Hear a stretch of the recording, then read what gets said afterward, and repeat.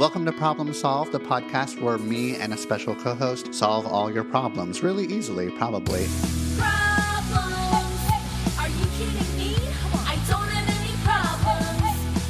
Okay, I might have a few, but I can work on them with you. Come on.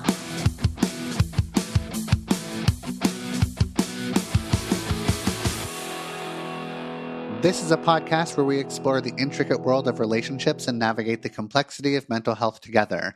I am Jeff Gunther, a licensed therapist, but in this space, I'm your host, not your personal therapist or the therapist for our guests. This show offers a platform for open conversations about relationship and mental health challenges, providing insights and perspectives for educational and entertainment purposes only. It's crucial to remember that our discussions do not replace professional therapy or constitute a therapist-client relationship between myself, our callers, or you, our listeners. If you're dealing with personal struggles or seeking support, I urge you to consult with a qualified professional who can provide the personalized care you deserve. Thank you for being here. Let's dive in. Hello and welcome to Problem Solved. I am Jeff Gunther, licensed professional counselor, and it's just you and me today. Babe, another solo episode. I think I've learned from my last solo episode. I was a little bit rambly, went on many tangents. I'm going to try to reel it in a bit today. It doesn't mean that I'm not going to be telling personal stories. I can't not tell personal stories. If there's nobody here keeping guardrails on what I'm saying, then we're just going to kind of go off topic. But I'm going to try to stay on topic as much as I possibly can. Also, I got a lot of great feedback from all of you about how lovely you thought the solo episode was. That really warmed my heart. There was a few kind of critical feedbacks I got about it, and I'm trying to take those in a way that I can learn and grow from. Just a heads up, if you do ever have critical feedback for me, I'm all ears about it. I would encourage you to email me at jeff@therapyjeff.com or slide into my DMs on Instagram. I read most of those messages. But be nice. Be a nice person about it. When you're mean and make me feel like shit, then sometimes I spend the rest of the weekend feeling like shit. I'm a sensitive boy. And I'm not totally made for this whole online content creation thing. I'm sure you can imagine I get a ton of positive feedback. Lots of people stop me in the street. It's all very heartwarming. But when I get the one shitty thing from somebody, I can ruminate and I can be really hyper focused on it, and it can take me down. So I'm a person that has feelings. I understand that you're not all going to like my content. I imagine that if you don't like it, you just sort of stop listening or swipe away. But if you feel compelled to tell me about it, understand that I have an emotional experience to everything that I am told, even though it seems like I'm just kind of some random mental health person that you think has perfect mental health and can take any type of feedback on the internet. I can't. Okay. Am I being rambly again? If I am, tell me in a nice way.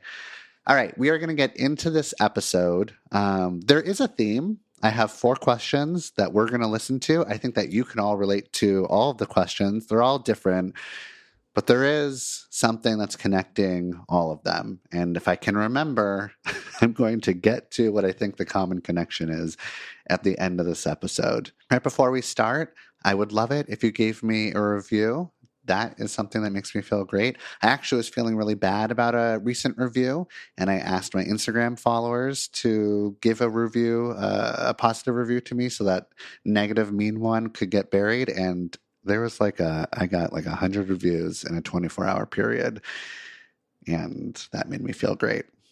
Thank you for that. Also, my book is coming out. It's called Big Dating Energy. It's coming out on July 9th. There is a pre-order incentive. If you buy it and then go to my website, therapyjeff.com, and prove to me that you have a receipt, then you get to be with me on August 1st. You can ask me anything you want in a very small, intimate setting online. What else? I think that's it. Okay, let's start the show. Hi, Jeff. I'm recording this because I listened to your podcast and I follow you on Instagram, and I'm also going to order your book. but I'm having a really hard time. And I would love to have my question answered. Basically, I'm in a 5-year long-term monogamous committed relationship with my boyfriend. And as any relationship, we've had ups and downs, many, many amazing memories, great times. We have been arguing more than normal lately, just because I think we're both under, well, not I think, we're both under a lot of stress, and that does affect our relationships, unfortunately. But 2 weeks ago, he got mad and texted me that he was done. And I was shocked, honestly. He was out of town, and I haven't seen him or talked to him hardly at all since. After 5 years, I think that we should be able to sit down and talk, communicate what happened, what went wrong, and work things out, because we had planned so much for the future. And we have a lot of love for each other. But not talking is really, really, really making me struggle. How do I get him to talk to me? Even if the talk ends up and he does not change his mind, I still think that 5 years together and actually loving somebody and caring for them, a conversation should be had. So, any advice on getting a very, very, very stubborn person to sit down and talk? Okay, I do want to answer your question directly. How do you get somebody who's incredibly stubborn, an ex, to talk to you? But first, was anyone else experiencing ASMR when you were listening to that question? Could you hear the water, the splashy water in the background? It sounded like she was in a pool or a jacuzzi or a bathtub, maybe. God, if you don't know what ASMR is, go ahead and search for it on TikTok and Instagram. There's just something that happens. There's these ASMR videos that put you in, that feels like I'm in kind of a somewhat of a trance. My spine gets really tingly. It goes up the back of my neck and then into the top of my head, and my skull starts to just sort of vibrate in this incredibly pleasant way. It's something that I've experienced ever since I was a kid. I could scroll and watch ASMR videos for hours if I wanted to, and sometimes I want to, and I feel bad if you've never experienced ASMR, but you might have gotten a little preview of what that's like with the little splashy water. Okay, I'm rambling. I'm getting back on topic. I can be my own guardrail. First of all, I want to validate every single feeling and emotion that you might be experiencing right now. You're probably mad, angry, frustrated, sad, filled with despair, depression, powerlessness, helplessness, all of those things. When you're in a relationship, especially a long one, a pretty long one that lasted 5 years, and all of a sudden, poof, they break up with you by text, and then they're gone and they're ghosting you, it sounds like, and they're not willing to talk to you or process things with you. Oh, that is the worst fucking feeling. It feels like you're in a prison of horrible emotions, right? And it feels like they have all the power. If they would just talk to you, if they would just explain themselves to you, then you can start to feel better. You are giving them that power. I'm not here to victim blame you. I'd be like, you need to do better and take that power back. What is wrong with you? But that is a thing that is happening, right? And it's hard for that not to happen after you go through an experience like this. So validate. You are, it is totally normal and makes a lot of sense that you're feeling horrible. And I love that you're spending time in healing water. I think that that is a really great move. And how upsetting for him to break up with you over text after being together for 5 years. Are you fucking kidding me? Side note, I I I don't want to technically be broken up with over text, but I tell all of my partners after we define the relationship that if you do want to end things with me, then I would like you to warn me over text. And it can be the classic, we need to talk. Yes. Shivers are sent down my spine, not in a good ASMR way, but in a I'm starting to freak out. But if you want to let me know through text that you're thinking about ending things or that you want to have a breakup talk, that allows me to then consent to what type of breakup I want to have. I mean, obviously, it's not my 100% decision, but maybe if you could make it my decision, if you're open to making it my decision, if you're the one breaking up with me, I would love that. So I get to decide if I want to continue texting and that's how we end the relationship. Or if I want to hop on a phone call with you, or if I want to hop on a FaceTime, or if I'm like, this feels way too big and I would really love to talk to you in person, I get to decide how I want to. And you can just text me with those four options: over text, over phone, over FaceTime, or in person. Now, obviously, you get a say, and depending on the situation, there's going to be lots of different variables and factors. That's not what's happening here. Again, going off topic, but I just think that you all go straight to, you need to be breaking up with me in person. How dare you don't do that? When maybe a text or a phone call or a FaceTime will do. In this situation, caller, you did not get to choose, and that's fucked. It is normal that you want to talk to him. I understand where you're coming from. You're just sort of the problem is that you're waiting around. Like I said, he has the power here, and you're left feeling really anxious. It reminds me of a breakup that I went through a couple years ago or so, where I was dating somebody for a couple years, and it ended abruptly, which was really sad. And then she said, you know what? Give me 90 days. Give me 90 days to not talk. And it was a good boundary. It was, we're breaking up. Give me 90 days. We'll talk on the 90th day and we can process and think about things and be there for each other. Maybe even get back together was a possibility. And I respected that 90 days, and I thought that it was a really healthy thing to ask for. It was one of those relationships where if there wasn't a 90-day boundary put in place, we likely would have gone back and forth for a while. So good job for doing that, ex-girlfriend. The part where it got really difficult was after 90 days, I was ready to talk to her. I was counting down the days.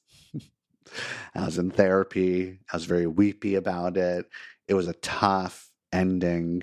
And then after 90 days passed, I reached out to her and she still had me blocked.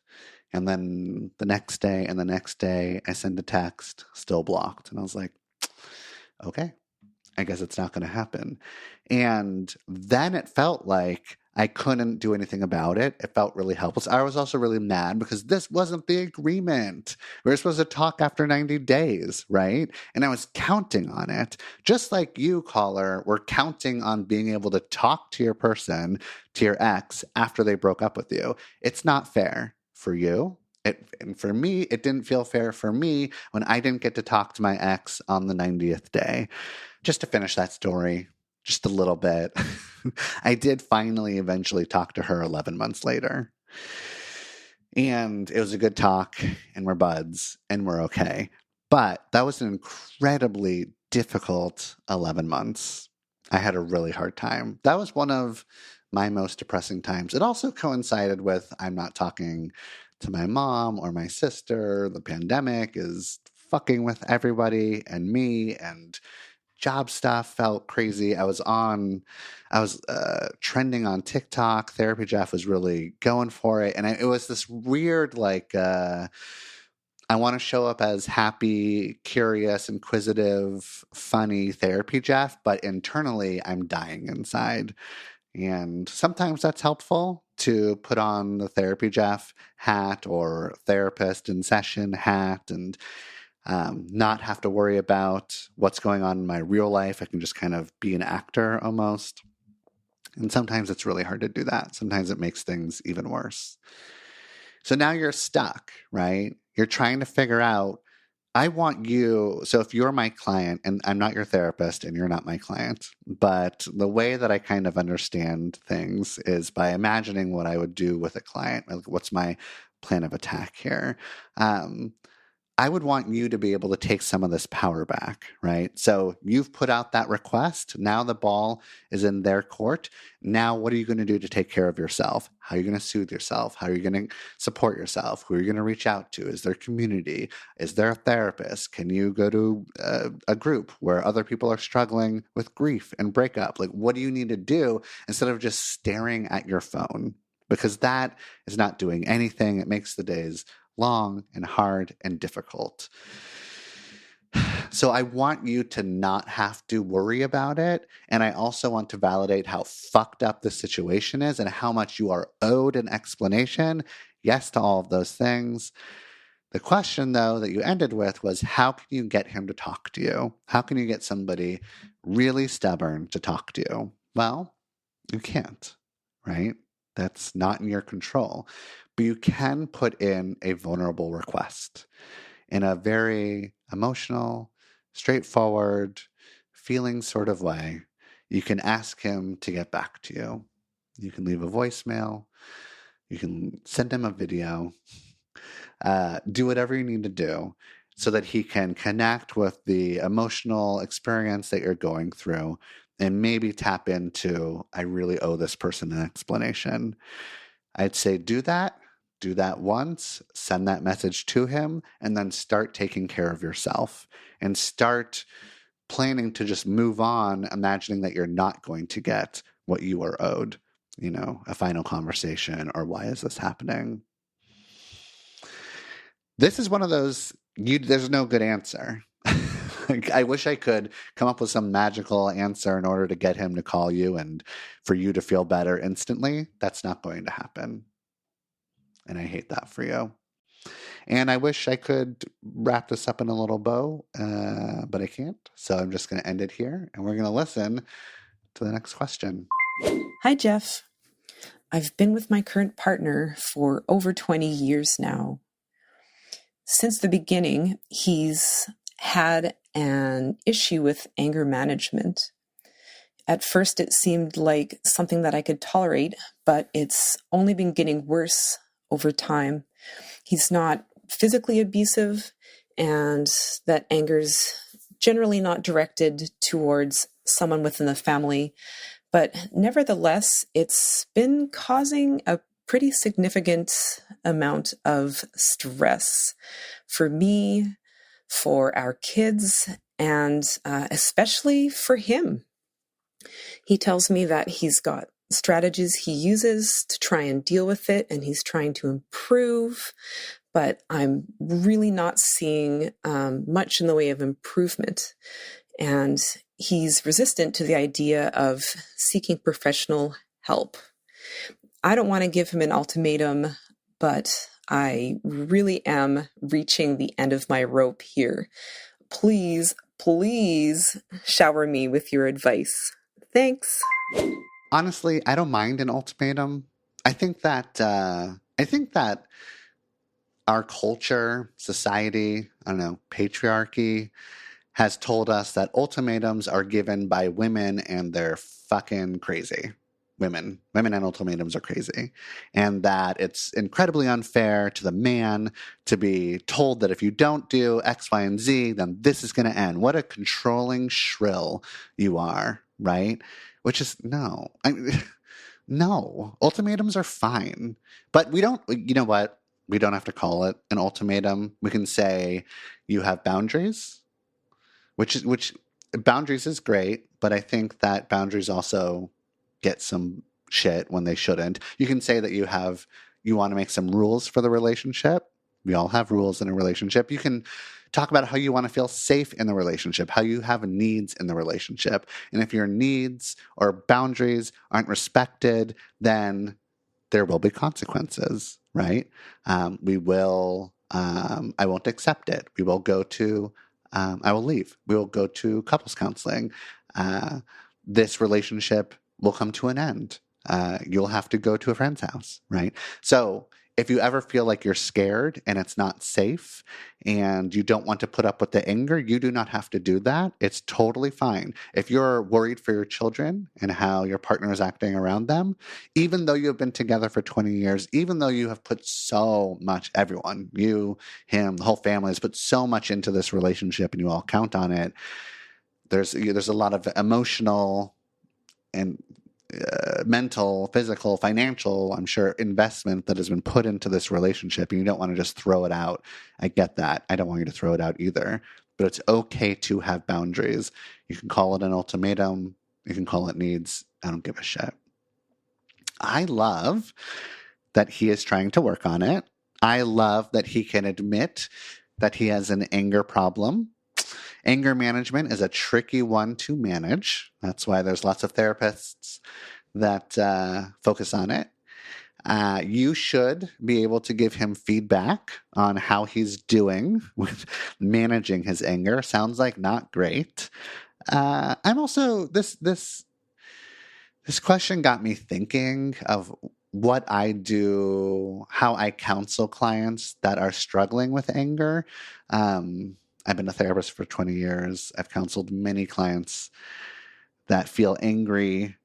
Um, there was a time in the beginning of my career, though, the first 5 years probably, where if a man came in, whether he was an individual or part of a couple, and he was very angry and had some domestic violence stuff going on, I would refer out. I wouldn't want to see them. It was too triggering. It was too upsetting. When you're a therapist, one of the things that is basically really needed when you're treating a client is you need to be able to find some sort of compassion for them. And when I was a baby therapist, starting at 24 years old, I had a really hard time finding compassion for men that were abusers or for men that like scared their partners. And they also scared me, right? So I didn't want to figure out how to deal with that. So I referred out. And I didn't see those clients, which was, just kind of a nice thing about a private practice is you can just choose the clients you want to work with. But when you're doing it for 20 years, eventually there's going to be some angry clients, some angry men that come in, and you might just have to deal with it. And I just had to deal with it, and now I'm fine with it. I can find compassion for them. And some of the ways that some of the things I do when I'm working with somebody who has a lot of anger issues, particularly men, is I try to figure out what is the primary feeling underneath the anger. Just to let you know, caller, I'm not asking you to do this. You should not be this man's therapist. You are their partner. But I'm just sort of like letting everyone know how I work with anger. I'm trying to figure out what is the primary feeling underneath the anger. So anger is typically a secondary reaction or a secondary feeling to a more primary feeling. Primary feelings could be vulnerability, powerlessness, helplessness, depression, despair, sadness, the ooey gooey, fear, right? Grief, loss. These the real vulnerable, saddy feelings. If you can get in touch with those feelings, then you might not have to react to them in an angry way. There's usually sadness underneath anger, or fear underneath anger, or helplessness underneath anger. Express that, and I will probably be even more connected to you. The people around you will be more connected to you. So I'm trying to get them to name the vulnerable feeling. The feeling that is not being expressed, that maybe he's too scared to express. Maybe he doesn't feel safe enough to express his vulnerability. Not because you did anything, caller. Again, this is not about you. It's just a general angry man in my office. But, as men, we grow up in this society that tells us to never be sad and vulnerable and soft, right? And that it's more appropriate to be angry. So, he grew up in a culture that didn't allow him to be angry, didn't allow him to be vulnerable and authentically feel his feelings. And so I'm going to try to create that in session with him, right? And I also want to know, how does the anger build? Does it build subtly? Like, I'm going to send that angry client home, and I'm going to say, I want you to act like a scientist. I want you to be like in a lab and track all the little subtle things that happen before the angry outburst. Because you might only be experiencing it going from 0 to 60 or 0 to 100, but there's a lot of things in between that 0 and 100 that are happening that you're not quite conscious of. So please come back and let me know. I also am going to ask them, how was masculinity role modeled for you? Did you have a dad? Were there men in your life that were really angry, that made you feel bad about feeling your feelings? I'm a man. I'm a real manly man. I'm a very masculine man that is very sensitive. And so I'm going to role model what maybe a healthy relationship with anger looks like. I'm going to tell you stories about me feeling angry. I'm going to use some self-disclosure here, possibly, if like clinically appropriate. I'm also going to do this thing where when he does, or if he does express feelings of vulnerability instead of anger, I'm going to fucking lean into that shit. I'm going to like lean into it in a way where I'm saying something like, I feel so connected to you when you tell me how scared you are. I feel so close to you when you tell me how sad you're feeling, right? I'm going to let that guy know that I feel more connected to him than ever when he's like this, and I'm here for you, bro. I'm in this room. I can help you. I can support you. I'm validating your feelings. It's okay that you're feeling this way. And every time they are vulnerable, I'm going to really lean into that and tell them. And they're probably going to experience like, oh, this feels so nice being connected to this guy. This feels like a real solid relationship. This feels incredibly supportive. I've never felt this way before. So I might do, a lot of times therapy is about reparenting. And so I'm going to be the parent or the dad role model that they never had. And I'm going to give them a bunch of, love and regard when they are really vulnerable. We will talk about the patriarchy. We will talk about capitalism. We will talk about the messages that they received. And we just sort of go from there. Anyways, those are a few ways that I deal with angry clients. Again, I feel like I have to say this one more time. This is not your job, caller. This is a job for a therapist. If you start acting like a therapist in this relationship, that's not the role you want to be playing. This is like a message for me because I oftentimes go into therapy mode when I'm in a relationship, and I'm trying to get a lot better about that.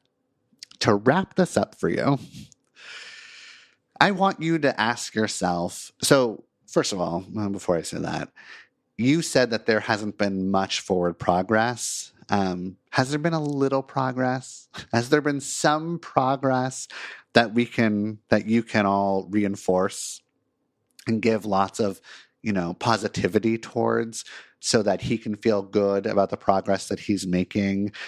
So any tiny little progress, we love to positively reinforce that. And even if it's slow progress, that's okay. I mean, it's up to you. I can't tell you what's too slow or what's not fast enough, or that's on you. But I want to reinforce any progress that's being made. However, you said that there is not a lot of progress, and it sounds like you're worried that maybe there isn't ever going to be any progress. I think that he should be in counseling. Call it an ultimatum or call it boundaries, whatever the fuck you want to call it. I think that you can let him know that you don't know what to do in order to support him. He seems to be struggling with this for a long time. It would be best if he went to therapy to figure this out so that he can feel better in his body and in his mind, and so that the family can feel better being around him. This doesn't feel safe, right? But it's up to you to figure out if you want to go on this journey with him, like the journey of him trying to figure out how to manage his anger. You don't have to do that. But you have been with him for 20 years. You do have kids. I understand it's not a very easy decision to be like, fuck this, I'm not going to do this. Obviously, you have to take everything into consideration here. But I don't think you're asking for this, but I do want to give you permission to think about ending the relationship if that's best for you. Again, I'm not your therapist. This is not therapy. TikTok is not therapy. Podcasts are not therapy. I'm just thinking that if you needed somebody to tell you that you don't have to go on this mental health journey with him, then I'm that person. You don't have to do that. Okay, recap. Just do what I said in the first place. Give him an ultimatum. Try to figure out how you can be more supportive. Let him know there will be consequences. I'm not saying that there have to be consequences as in like the relationship is going to end, but it could get there. Okay, next question. Hi, Jeff. My advice that I need is have been in this intense toxic relationship for the past 10 months, hot and cold from the other person, really gaslighty, but I just got stuck coming back. And I just want to know how to get over this person now that it's finally ended. They're the most beautiful looking person in the world. They're the hottest male I've ever dated. Sort of had money, had his shit together, thought that this was the person I was going to settle down with. And I know that they're horrible for me, and he was a horrible, horrible person and degraded me. But I just can't help but think of the potential of the life that we could have had. And just the fear that he's just going to meet someone who's better and hotter and have this amazing life. And then I'm just left here to pick up all the pieces, basically.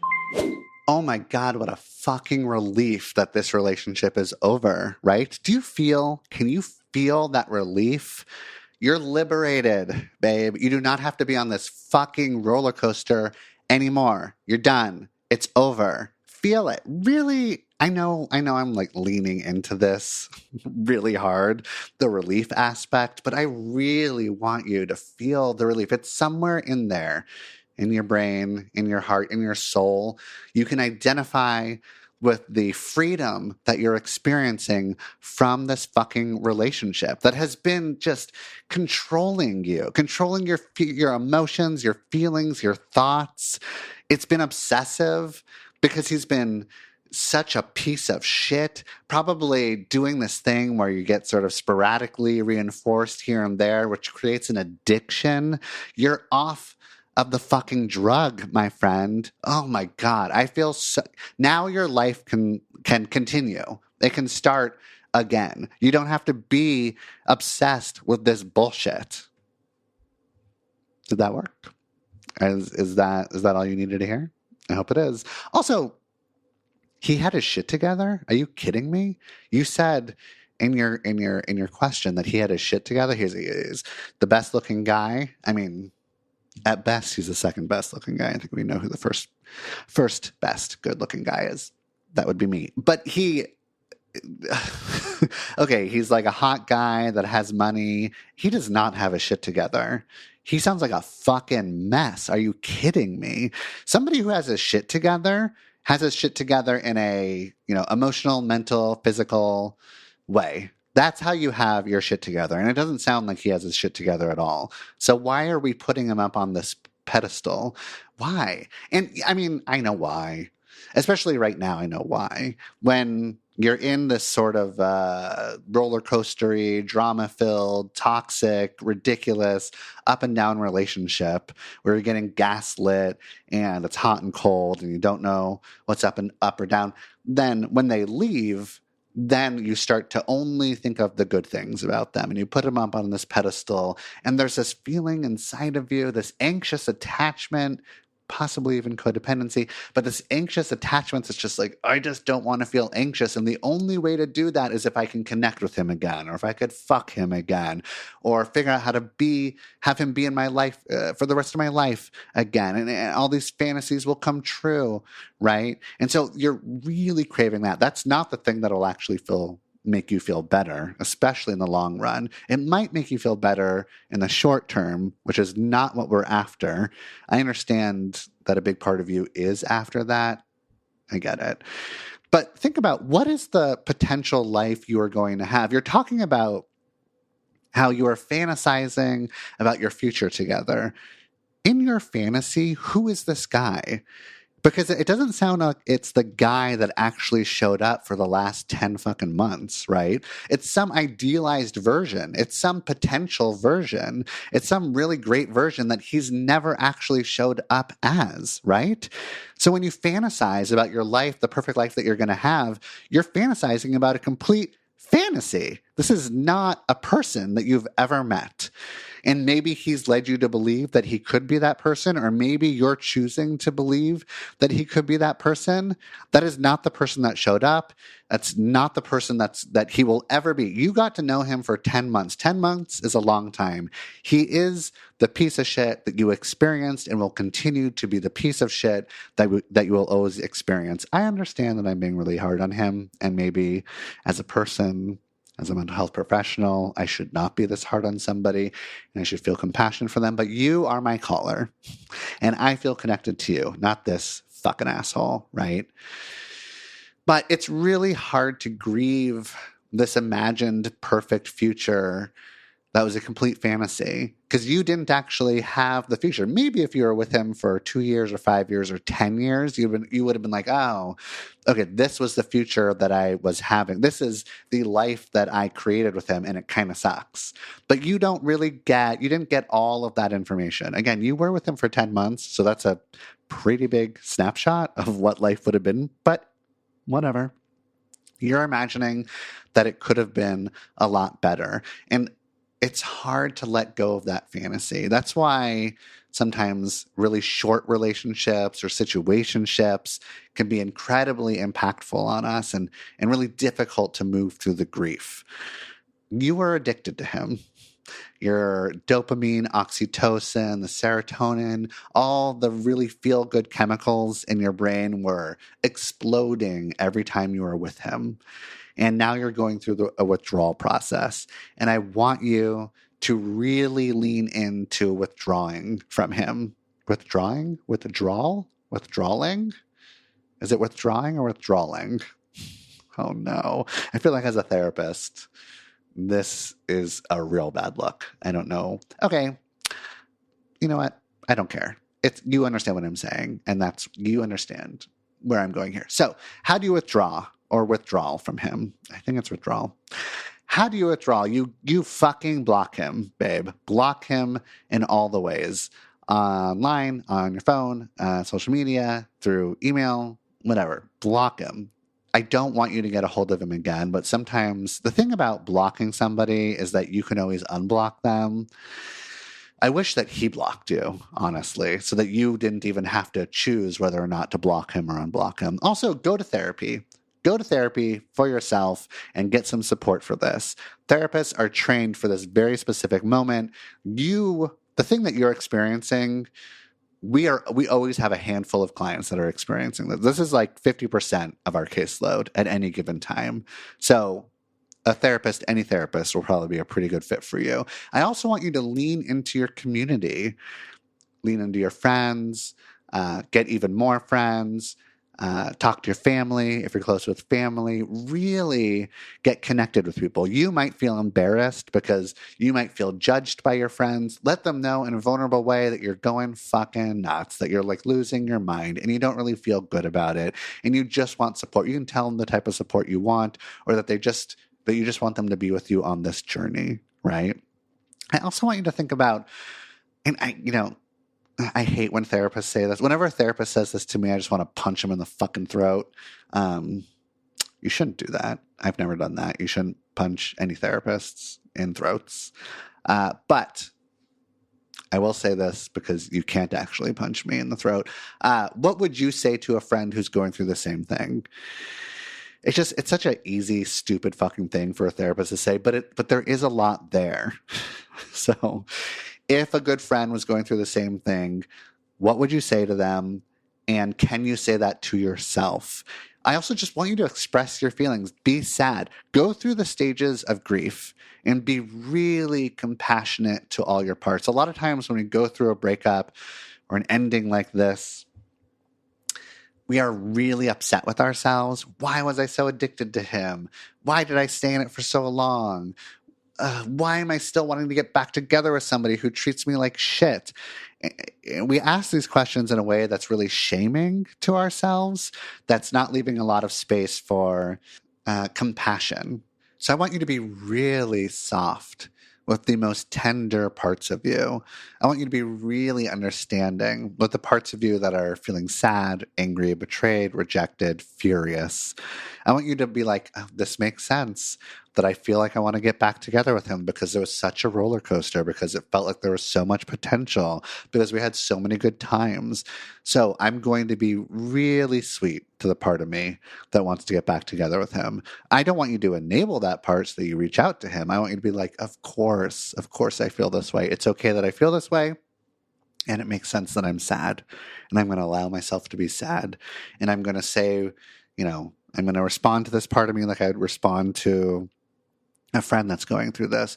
I'm going to respond to that part of me as if I had a really loving parent that had unconditional regard and love for me. That's how I'm going to respond to myself. Also, I think that we can all agree that we've experienced the thing that you're experiencing, this fear that he's going to meet somebody better. And if he does meet somebody, quote unquote, better, which I don't think is the case, I think that you're the best. I think you're the hottest. I think you're the smartest. I think you're the funniest. I think that you are so emotionally intelligent. I don't think that there's anyone better than you. So, but putting that to the side, you're giving him so much power.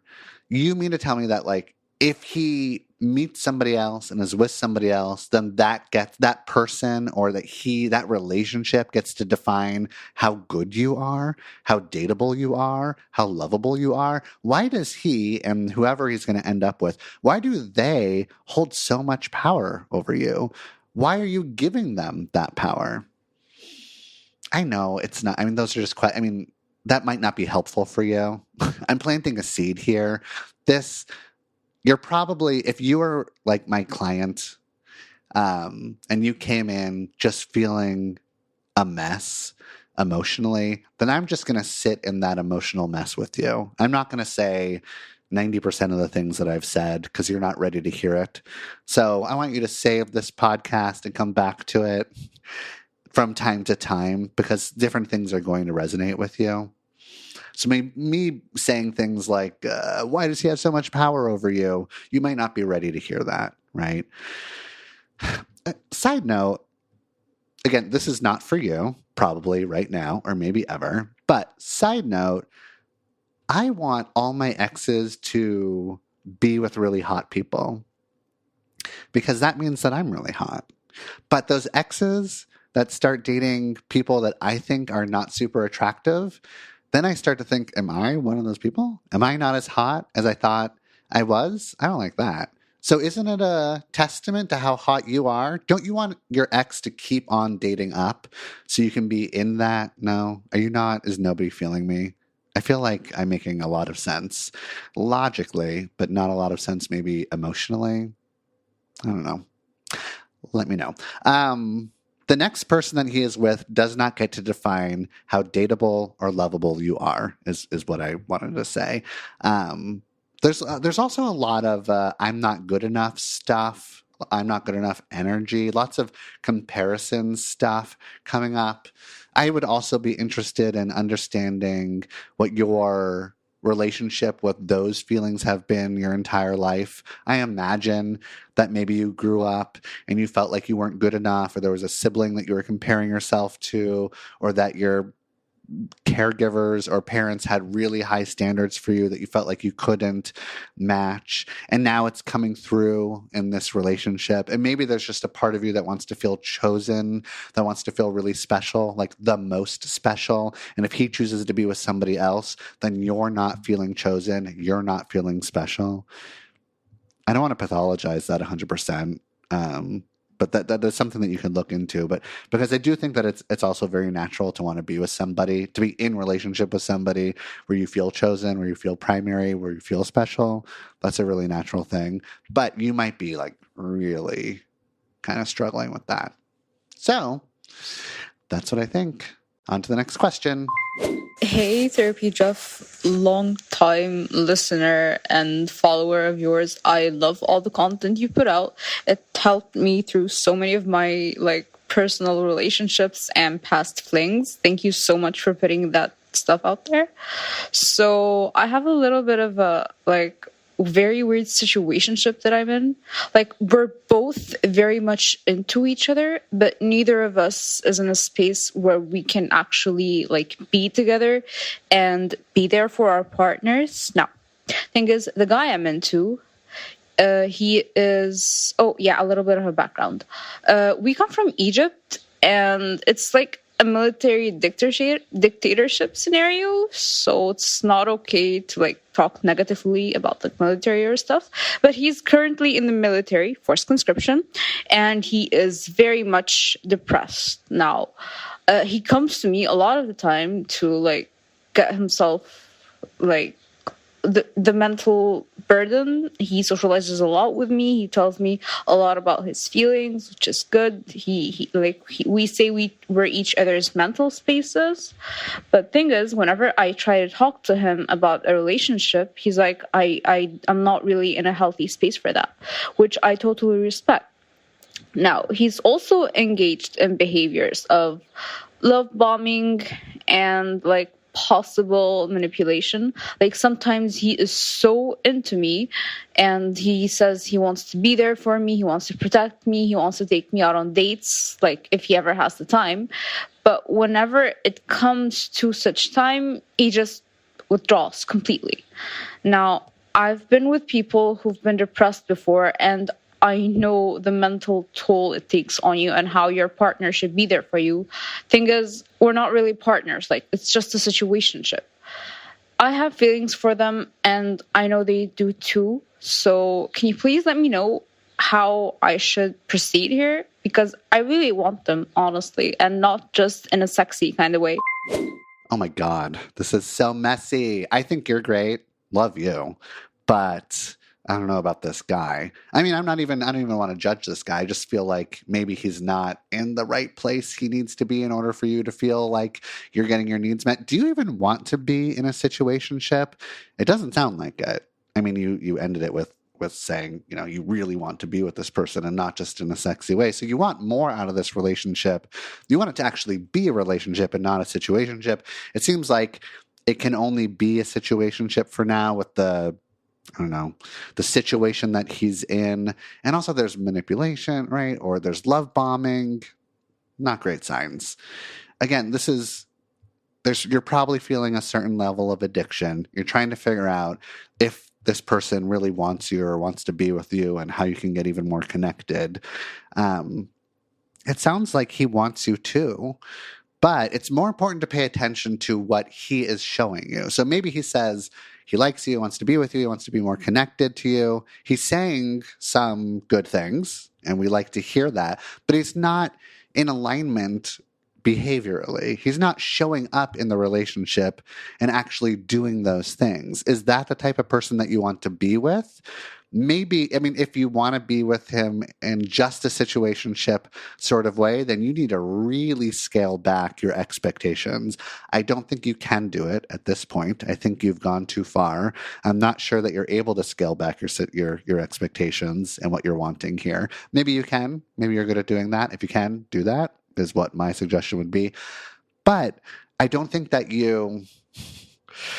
he's going to be able to give you what you want right now. He's going through a lot, right? So instead of trying to figure out or focus on what he is doing, how you can get him to show up differently, I want you to ask yourself, how do you feel in this relationship? Do you feel good? Do you feel happy? Do you feel like you're getting your needs met? Because you're concentrating on his stuff, his feeling. A lot of the focus is on him and how he feels. But what about you? Why isn't there room for your needs? I imagine you feel like maybe there's not enough room for your needs because he's just not giving enough space. So you're just going to kind of take what you can get. But just in this question you're asking, that's not good enough. You know that it's driving you crazy. It took me a while. It took me a while in my romantic relationships to get to a point where I wasn't so hyper-focused on how my partner felt about me, or how I could make sure that they really loved me, or make sure that they were really attracted to me or devoted to me or choosing me and I was their primary person all the time. If something went really funky or didn't feel secure, or I felt insecure in the relationship, I would focus on what can I do to make them love me? How do I need to change in order to be more dateable or likable, right? And I kind of get the feeling that you're in that space too. And one of the ways that I got out of that space was just first having a therapist shine awareness on it, that you're so focused on, I was so focused on my partner that I couldn't get in touch with whether or not I liked them as a person, or I thought they were being a good partner to me, or if I thought we were having enough fun, or if I felt like a lot of my needs were being met. I couldn't even think of my own needs because I was hyper focused on theirs. Maybe that's what's going on for you. I also, one of the things that helped me, I don't know, this might resonate with you or with other people that are listening, but one of the things that really helped me is that I love myself as a single person. I do love being in relationships. I'm a relationship guy, but I like my own individual life that I've created for myself. I covet it. I have so many interesting hobbies and interests that I could distract myself and go down rabbit holes with. I really enjoy a lot of the work that I do. I feel creatively inspired. I can be alone with myself and not be bored. I can, go out to dinners and shows and movies on my own. And there's just something really liberating about that. There's something, I really love being in relationship with myself. It sounds cheesy, but I love taking myself out on a date. I love the company that I keep for myself. I can have great conversations on my own. I love my identity outside of relationships. And that makes me feel more confident, assured, and have high self-esteem. And because of that, if a relationship isn't working, then I don't start hyper-focusing on worrying about what my partner thinks about me and how can I change or do some sort of like mental, emotional gymnastics in order for them to like me even more. So that's something you might want to think about. I want you to ask for your needs to be met, and I want you to hold him accountable. And if he can't do it, then I want you to let him know what that does to you. It makes you angry. It makes you question the relationship. It makes you sad. I want you to ask him to step up. And, as we're getting to the end of the episode here, I think you all kind of understood what the theme was here, which is just sort of like kick-ass women dating shitty men. I shouldn't say they're all shitty men. I'm sure some of these men are shitty. They might all be shitty. But it's more about these men that just can't show up for these women. And the women that are trying to bend over backwards making this work, try to make it work, or feeling like they're not lovable or dateable if they're not in relationship with these guys. Or what can I do in order to get them to show up in a honest way or in a trusting way, or have one last talk with me so I know what the fuck is going on here. I hate it. I hate that you're all experiencing this. I hate that you meet men like this. And, hashtag not all men, right? Like there's lots of men out there that are very emotionally intelligent and relationally impressive. There are men out there that can meet a lot of your needs. And I don't want you to get wrapped up and almost addicted to these guys that can't meet your needs. I think that we need to have, all in all, higher standards for men so that they can show up.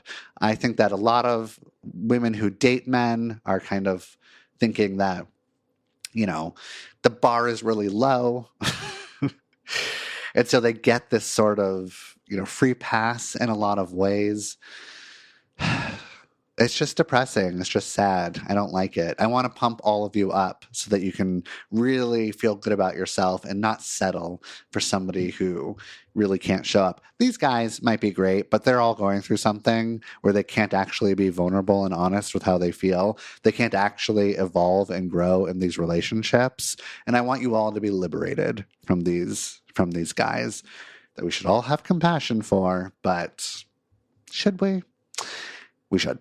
But I don't have to. So that's that. I do want to end this episode letting you know that I worked really hard on my book called Big Dating Energy. I think it's a really good book.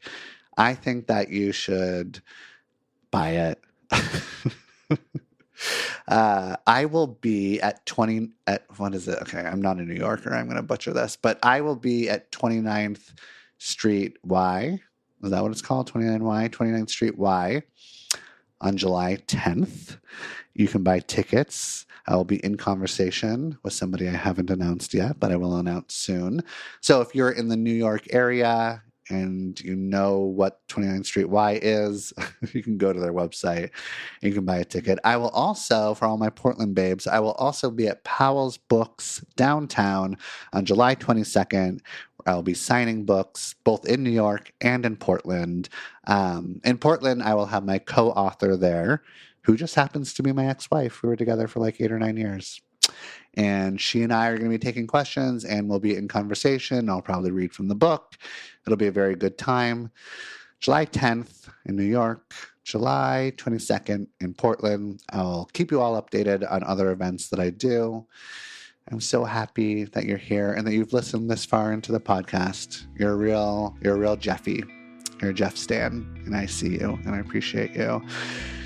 I'll talk to you next week. Bye. Problems. Okay. We've identified